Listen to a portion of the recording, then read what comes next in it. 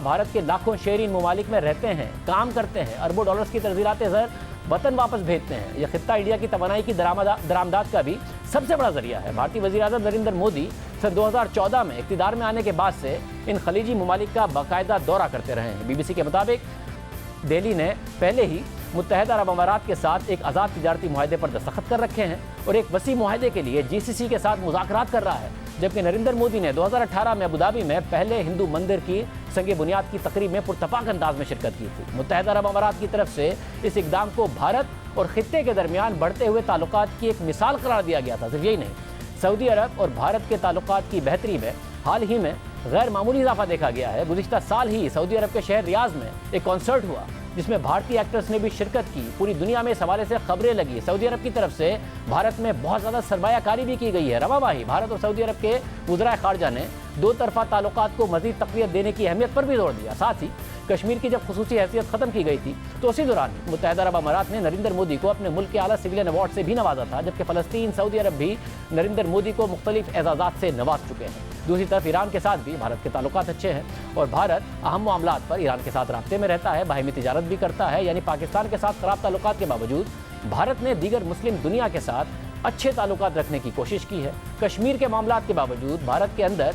मुसलमानों की हक तलफी, तशद्दुद और नफरत अंगेज़ी के बढ़ते हुए वाक़यात के बावजूद अरब दुनिया और भारत के ताल्लुकात में बेहतरी ही आती रही है। अहम तिजारती ताल्लुकात रखे गए हैं और इस दौरान भारत खुद को सिफारती सतह पर मज़ीद ताकतवर करता चला गया है और जारहाना पोजीशन लेता रहा है। नतीजतन इस नहज पर पहुंच गया है कि भारतीय जनता पार्टी की तर्जुमान ने टीवी पर इस्लाम के आखिरी पैगंबर की तौहीन की, जिसे भारत के दोस्त मुस्लिम ममालिक भी नज़रअंदाज नहीं कर सके हैं और उस पर एक सख्त पोजीशन भारत के खिलाफ सामने आई है। इस वक्त भारतीय हुकूमत इस वाक़े से फासला इख्तियार कर रही है कि इस वाक़े से भारतीय हुकूमत का कोई ताल्लुक नहीं है, मगर नरेंद्र मोदी मजम्मत नहीं कर रहे हैं और हुकूमती पॉलिसी के तहत तमाम मज़ाहिब के एहतराम को लाजिम करार दे रहे हैं। मगर भारत नरेंद्र मोदी की सरबराही में इस नहज पर एक दिन में नहीं पहुँचा है, बल्कि उसकी पूरी एक तारीख है।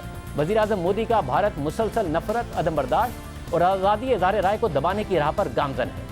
ज़्यादा पुरानी बात नहीं है, रवा साल फरवरी में कर्नाटक की मुस्लिम तालिबात को तालीमी इदारों में हिजाब पहनने पर पाबंदी आयद कर दी गई थी और इस दौरान एक वीडियो सामने आई जिसमें जनूनी इंतहा पसंदों के जत्थों ने निहत्ती तालिबा का पीछा किया, उसे डराया धमकाया, मगर रियासती हुक्मरान और सियासी रहनुमा निहत्ती मुस्लिम तालिबात को ही कसूरवार ठहराते रहे। तालिबात ने इंसाफ के लिए अदालत से रुजू किया, मगर अदालत ने उनकी दरख्वास्त मुस्तरद कर दी और हुकूमती पाबंदी को बरकरार रखा। यानी इदारे भी नरेंद्र मोदी और उनके इंतहा पसंदाना नजरियात के सामने सरेंडर करते रहे। मुसलमान तलबा से लेकर अदाकारों तक को निशाना बनाया गया। गुज़िश्ता साल ही भारतीय अदाकार शाहरुख खान के बेटे के खिलाफ मंशियात फरोशी का केस बनाया गया। उन्हें 2 अक्टूबर 2021 में गिरफ्तार किया गया। इस दौरान आर्यान खान ने कई बार जमानत की दरख्वास्त दायर की, मगर बार बार मुस्तरद कर दी गई और उस वक्त भी यही बहस छिड़ती रही, भारत में छिड़ती रही कि बॉलीवुड में मुसलमान अदाकारों का राज करना नरेंद्र मोदी के हिंदुत्व नजरिए के खिलाफ है। इसे शाहरुख खान को निशाना बनाया जा रहा है और फिर 28 अक्टूबर को 26 दिन के बाद मुंबई हाई कोर्ट ने उन्हें जमानत पर रिहा किया और फिर रवा साल मई में अदालत में उन पर लगने वाले इल्ज़ामात को गलत करार दे दिया गया। इस दौरान शाहरुख खान के खिलाफ भरपूर मुहिम चलाई गई, उनकी किरदार कुशी की गई और आज़ादी इज़हार राय को इस कदर दबाया गया कि लोगों को इस कदर खौफ दिलाया गया कि हिजाब के मसले पर भी मुस्लिम तालिबात की हिमायत में चंद आवाज़ें ही उठी, मगर ज़्यादातर सेलिब्रिटीज़ खामोश रहे। लता मंगेशकर की आखिरी रसूमात के दौरान शाहरुख खान पर नफरत अंगेज तनकीद की गई, मगर बॉलीवुड के ज़्यादातर लोग खामोश रहे, शाहरुख खान की हिमायत में भी नहीं बोल सके। लेकिन इस मामले का भी एक पस मंज़र है और ये पस मंज़र वाज़े करता है कि कैसे मोदी हुकूमत ने एक एक करके इख्तलाफी और आज़ाद आवाज़ों को खामोश कर दिया है। भारत में वही खुलकर बात कर सकता है जो मोदी हुकूमत के हक़ में बात करे, क्योंकि मुखालिफ आवाज़ें खामोश हो गई हैं या करा दी गई हैं और अगर अब भी कोई बोले तो उसे टारगेट किया जाता है, हिरासा किया जाता है। 2020 में जब मशहूर बॉलीवुड अदाकारा दीपिका पादुकोण जवाहरलाल नेहरू यूनिवर्सिटी में होने वाले भारतीय इंतहा पसंद गुंडों के हमले में जख्मी होने वाले तलबा से इज़हार यकजहती करने गई तो तनकीद की जद में आ गई। उन्हें सोशल मीडिया पर ट्रोल किया गया। मारूफ अदाकार नसीरुद्दीन शाह ने मुतनाज़ शरीयत बिल पर खुलकर बात की और भारतीय वज़ीर आज़म नरेंद्र मोदी को मुखातिब करके तनकीद की थी और शदीद गुस्से का इज़हार किया था। फिर उन्हें भी भारतीय जनता पार्टी के सपोर्टर्स ने टारगेट किया। उन्होंने एक इंटरव्यू में कहा था कि मैंने यहाँ अपनी ज़िंदगी के 70 साल गुजारे हैं, मुल्क के लिए खिदमत दी हैं, अगर ये मेरी भारतीय शहरियत साबित नहीं कर सकता तो फिर क्या कर सकता है। I've lived 70 years of my life here. I have served the country in whatever little way I could in the fields of education or in the environmental issues or social issues. If that does not prove my Indianness, then what does? And I don't have a birth certificate. I don't think I can produce one. I don't think many people I don't think many people can. So does that mean that we are all going to be excluded? And I do not need any reassurances. that Muslims do not need to worry. I'm not worried. If living 70 years here and doing whatever I could does not prove me to be an Indian, I don't know what does. I'm not afraid. I'm not anxious. I am angry that such a law has been imposed on us. Naseeruddin Shah ने Jawaharlal university के तलबा पर police और BJP के कारकुनों की जानिब से किए जाने वाले तशद्दुद की मजम्मत की। उन्होंने कहा कि तलबा और दानिश्वरों की तौहीन मुझे सबसे ज़्यादा तकलीफ दे रही है। ये बिल्कुल भी ताज्जुब की बात नहीं है कि नरेंद्र मोदी में तलबा के लिए हमदर्दी का जज्बा नहीं है, क्योंकि वो खुद कभी तालिब इल्म रहे ही नहीं हैं। इससे पहले भी कुछ आवाज़ें उठी मगर खामोश करा दी गई और फिर एक एक करके सब खामोश होते गए। माजी में अदाकार आमिर खान ने भी भारत में बढ़ती हुई अदम बर्दाश्त पर बात की और उसके बाद खामोश करा दिए गए। Maybe 6 months, 8 months, there has been a growing sense of despondency, I would say. I mean, when I sit at home and talk to Kiran, you know, Kiran and I have lived all our lives in India. For the first time, Kiran says, should we move out of India? Now, that's a disastrous and very big statement for Kiran to make to me. She fears for her child, she fears for, you know, what the atmosphere around us will be. She feels scared to open the newspapers every day. So that does indicate that there is a sense of growing disquiet.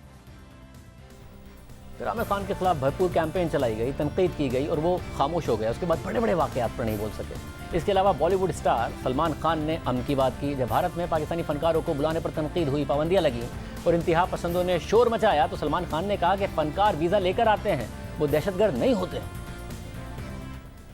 कुछ कलाकारों के भी बॉम्बे में कई courts आए थे कि जो पाकिस्तान के कलाकार हैं उन्हें वापस जाना चाहिए। कुछ पर्टिकुलर वो कलाकार हैं, ये दो अलग अलग सब्जेक्ट्स हैं। वो टेररिस्ट थे, ये कलाकार हैं। आप क्या मानती हैं कि कलाकार टेररिस्ट हैं? वीजा लेके आते, कौन देता उनको वीजा? हमारी गवर्नमेंट देती है वीजा, वर्क परमिट हमारी गवर्नमेंट देती है। ये तो सलमान खान का वाज़े मौका, मगर फिर उन पर भी दबाव बढ़ा। पुलवामा हमले के बाद सलमान खान के प्रोडक्शन हाउस के तहत बनने वाली फिल्म नोटबुक के लिए आतिफ असलम को गाने से रोक दिया गया और फिर सलमान खान भी खामोश हो गए, बड़े बड़े वाक़यात पर नहीं बोले। इसी तरह माजी में करण जौहर का भी यही मौक़िफ़ रहा कि फ़नकारों को काम करने की आज़ादी होनी चाहिए। I don't think that's a solution. I really don't believe it's a solution. I believe there are larger forces that have to kind of come together to sort situations out, and this cannot be banning talent or art or the arts. It's not, according to me, a solution. But and you don't agree with the call for a cultural boycott of Pakistani artists? Well, you don't think it solves the issue of terrorism? I don't think it's going to solve. Agreeing or disagreeing is not the stand I'd like to take. I don't think it's that the solution. I ask anybody. I ask you that. I don't think it is. Karan Johar ने अपनी film ए दिल है मुश्किल में पाकिस्तानी अदाकार फवाद खान को भी cast किया, लेकिन फिर उड़ी हमले के बाद पाक भारत कशीदगी की वजह से उन पर दबाव पड़ा तो उन्हें अपने माजी के मौक़िफ़ से पीछे हटना पड़ा। फिल्म में फवाद खान के सीन्स को एडिट करना पड़ा, ये खबरें आई, और आइंदा किसी भी पाकिस्तानी फ़नकार को अपनी फिल्म में कास्ट ना करने की यकीन दहानी भी उन्हें कराना पड़ी। बॉलीवुड स्टार शाहरुख खान को भी तनकीद का निशाना बनाया गया तो उन्होंने मौक़िफ़ इख्तियार किया था कि वो फ़नकार हैं और उसे फ़र्क नहीं पड़ना चाहिए कि उनका ताल्लुक़ कहाँ से है। कैसा वोट बैंक यार, ये नॉनसेंस है। पढ़े लिखे हो जाओ, आगे बढ़ो। और रिलीजन मतलब जेन्युइनली किसको आपके नेबर है। मैं आपके साथ बैठ के, आप हिंदू हैं, मुसलमान हैं, आप मुंबई से हैं, मैं दिल्ली से, क्या फर्क पड़ता है यार? आपके पिताजी पाकिस्तान से आए। हाँ, मतलब ये इसमें कोई मिसाल नहीं होनी चाहिए, नॉर्मल होना चाहिए। हम देशवासी हैं सबके सब, सबने एक दूसरे शादी की, प्यार किया, मोहब्बत की, कोई फर्क नहीं पड़ता। और फिर शाहरुख खान को भी नहीं बख्शा गया। हुब्बुल वतनी पर सवालात उठाए गए, उनके बेटे तक को टारगेट किया गया और सबके बाद ये फिल्मी सितारे खामोश हो गए।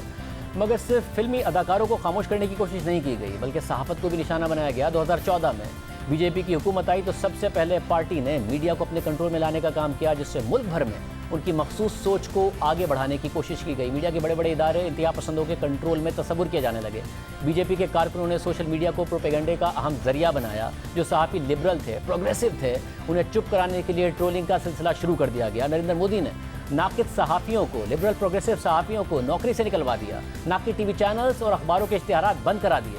मगर इस सबसे भारतीय मुआशरा तकसीम दर तकसीम होता चला गया। लेकिन बात मीडिया तक भी महदूद नहीं है। अदलिया पर असरअंदाज होने की कोशिश की गई और गुज़िश्ता कुछ सालों में भारत की अदालतों ने जो फैसले दिए उन्हें मुतनाज़ करार दिया जाता रहा है और ये कहा जाता रहा है कि भारतीय अदालतों का झुकाव नरेंद्र मोदी की तरफ है। और जब किसी मुल्क की अदालतें जो शहरियों के हुकूक की मुहाफ़िज़ समझी जाती हैं, जब वो सरेंडर कर दें तो रियासत को फाशिज़म की तरफ बढ़ने से कोई नहीं रोक सकता। और इस वक्त भारत में यही सब हो रहा है इस वक्त। तो नज़र आ रहा है कि अरब ममालिक ने आवाज़ उठाई तो भारतीय जनता पार्टी पीछे हटती नज़र आई है, मगर मोदी हुकूमत जब तक ये आवाज़ नहीं उठी थी उस वक्त तक इस वाक़े के पीछे खड़ी हुई नज़र आ रही थी। नज़र आ रहा था कि वो इस वाक़े की ना मजम्मत कर रहे हैं, ना ही इसके ख़िलाफ़ कोई क्रैकडाउन करते नज़र आ रहे हैं। जो कांग्रेस के रहनुमा हैं राहुल गांधी, उन्होंने भी सवाल से ट्वीट करते हुए कहा है कि अंदरूनी तौर पर तकसीम होने वाला भारत बैरूनी तौर पर कमज़ोर हो जाता है। बीजेपी के शर्मनाक तासुब ने हमें ना सिर्फ तनहा कर दिया है बल्कि आलमी सतह पर भारत की पोजीशन को नुकसान पहुंचाया है।